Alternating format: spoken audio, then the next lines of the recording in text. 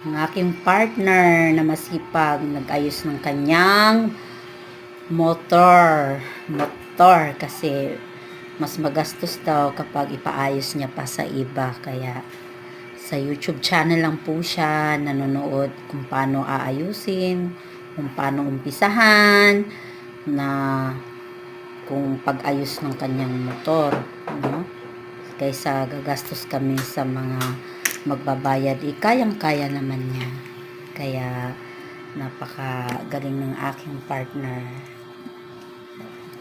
Dami niya nang nagawa dito sa motor, pangatlong araw niya na itong inayos.